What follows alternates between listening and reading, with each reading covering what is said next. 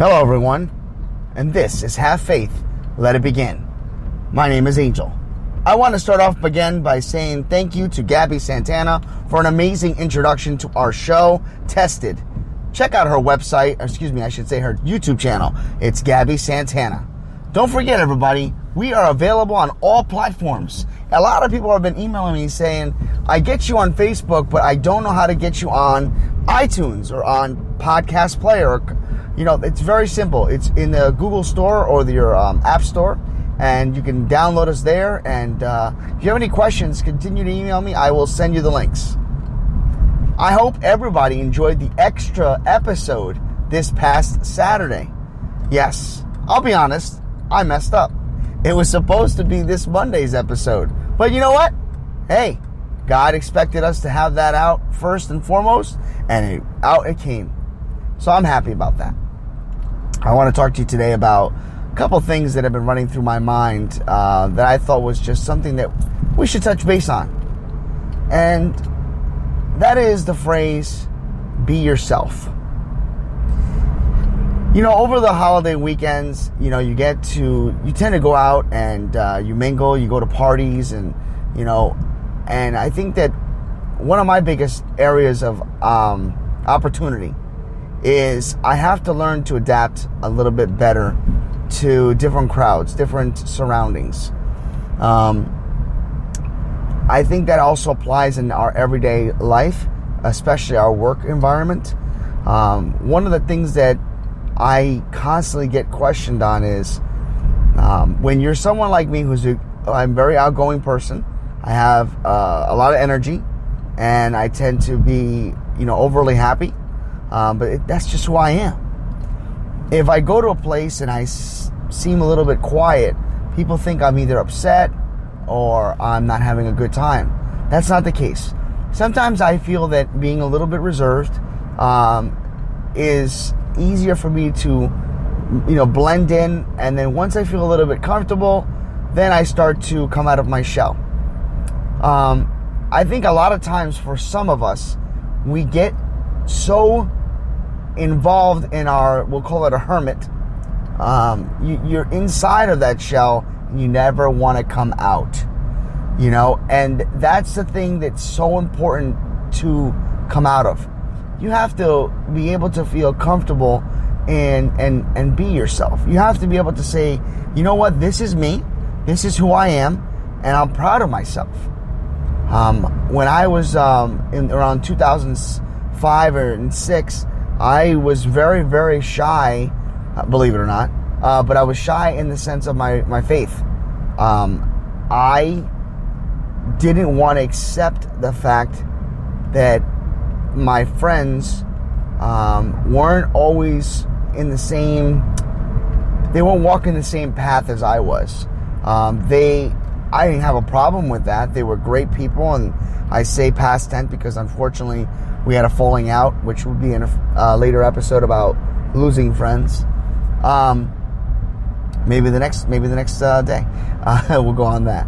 But I was afraid to express my love for God.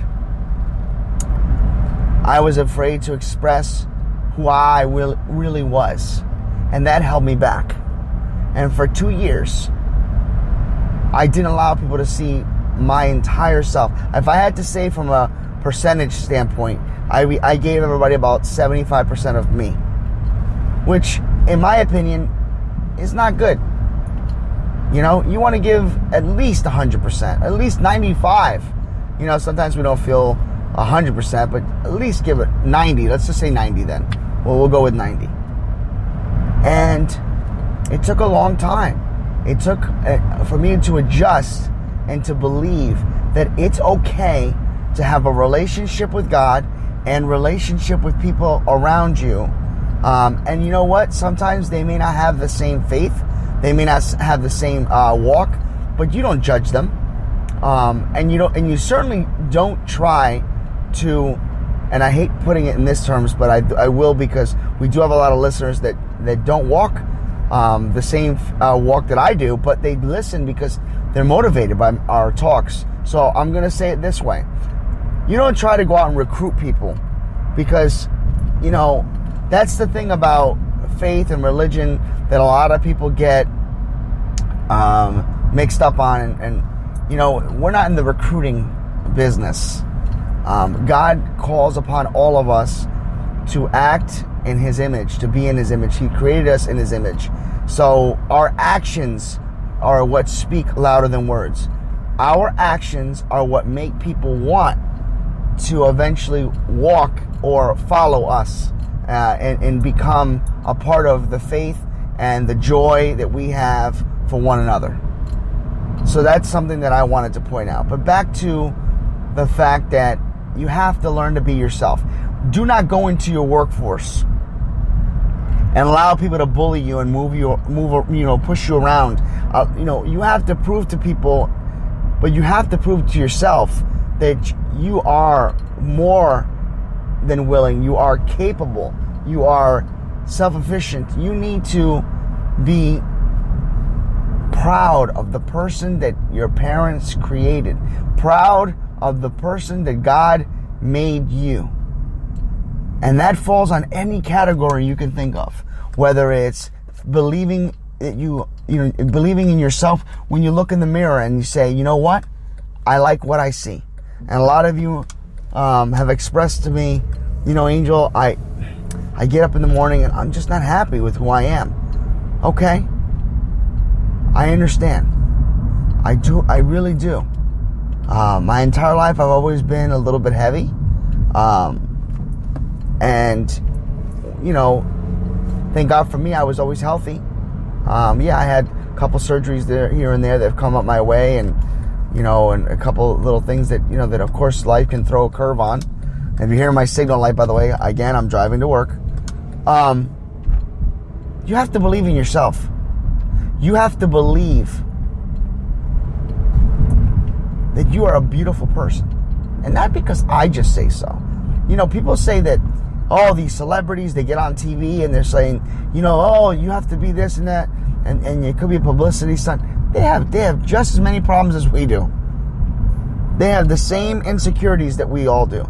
Nobody in this world is perfect. Not even God. We are all one body.